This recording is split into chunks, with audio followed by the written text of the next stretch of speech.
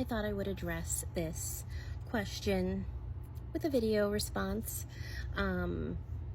because I know I see a lot of TikTok caregiving videos with individuals my age. I'm 41, all the way up into somebody in their 60s who are caregiving for their parent, maybe another type of relative like a grandparent.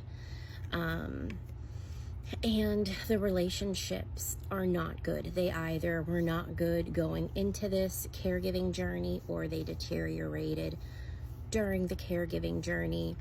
And I will say, if I was still caregiving to my dad, I would be making those videos. Our relationship began declining when I was about 13, and it never recovered, and it just declined more and more as I took care of him. But that's not what we're talking about right now. Luckily for my mom and I, we had a good mother-daughter relationship going into this caregiving journey. We were oil and water, fighting, disagreeing when I was like 9 or 10. And I would go tattle on her to my dad. I was an only child. There was nobody else to complain to. And as an adult and in retrospect, I know that was not the best decision to make. Their marriage was a tough one, and he would side with me and verbally punish my mother. So luckily we recovered, my mom and I, from that little period. So by the time I became her caregiver when I was 16, we luckily had a strong foundation as the dynamic of our relationship would change. And that's not to say things weren't, hard. They were hard. It was hard to transition, seeing my perfectly capable, healthy mother suddenly not be that, and to take care of her. Also because my dad wouldn't. So for a while, I just didn't feel like it was a mother-daughter relationship. I was just on autopilot. And luckily, I didn't form any resentment.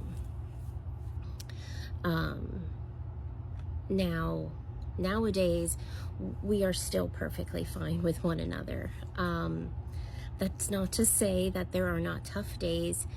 And I will say that those tough days where we might butt heads are based out of her changes due to her medical status. There were changes when she had her last MS attack. The lesions on her brain are so big, and they connect and affect so many areas of her brain that I have to remind myself how she is responding and speaking is not like her. It's the lesions that are warping things. And she is sleep deprived and developing medical anxiety. So our biggest headbutts are medical related, as are many for caregivers. And it's a lot of talking down situations, not like talking down at her, but like trying to de-escalate a situation. She likes to put roadblocks, imaginary roadblocks up, and they are huge to her, and I try to acknowledge that they are huge to her, but in reality they are not huge, such as, I'm going to need this paperwork put in my purse before my appointment tomorrow, and it goes on repeat even after I put it in the purse. And it's hard to maneuver those moments.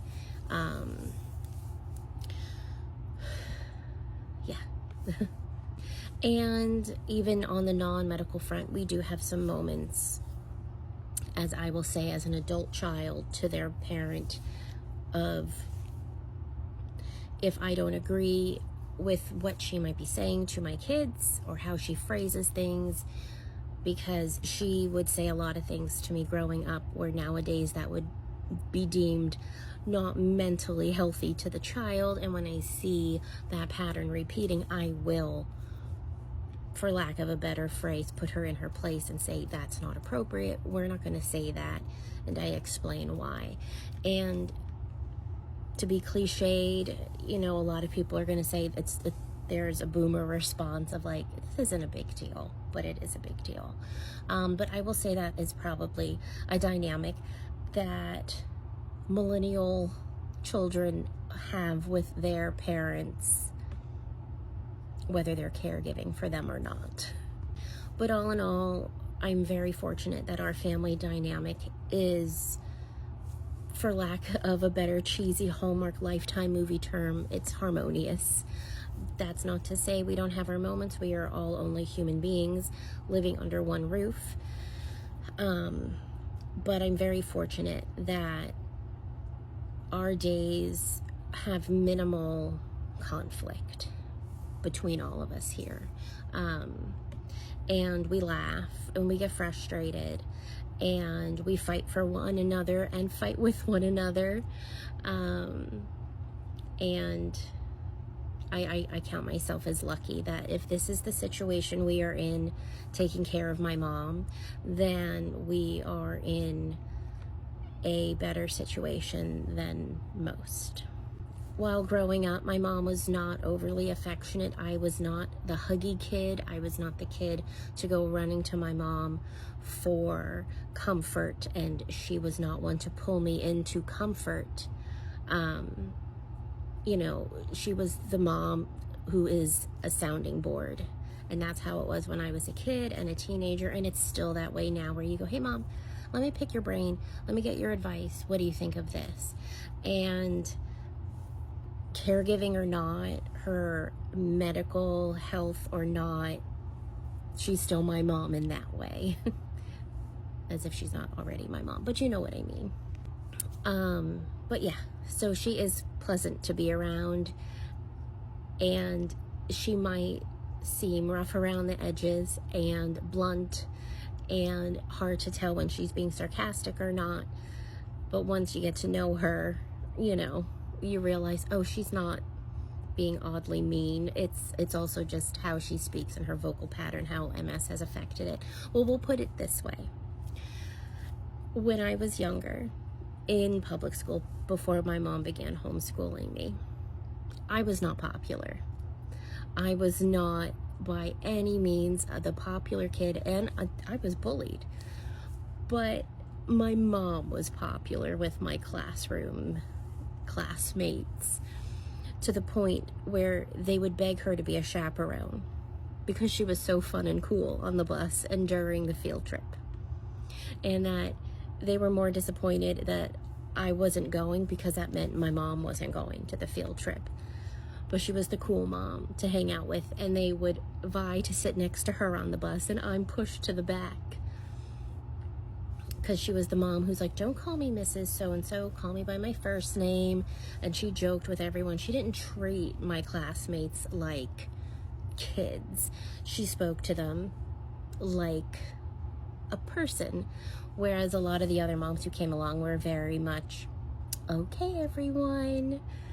And my mom was, just sit down, just quiet down and sit down, guys, come on. So yeah, she was the cool mom. It was fun to have her come help in a classroom. Nobody cared about me, they just wanted my mom. So yeah, I make it a point almost every day to have coffee and talk with her. I read things from online, share gossip with her. We look up pug rescues because we both love pugs, and we laugh about the names and what these pugs look like. So as much as we have to do for her and help her with, we still all have a good time. And I know that's not the case for most. So I don't take for granted that that's how it is for us. Because my goodness, it would make it extremely hard to wake up 12 times a night to help somebody if you didn't get along, and I know so many people do. Alrighty. Thanks for asking. Gave me an opportunity to share. Alright, I'll talk to you later. Bye.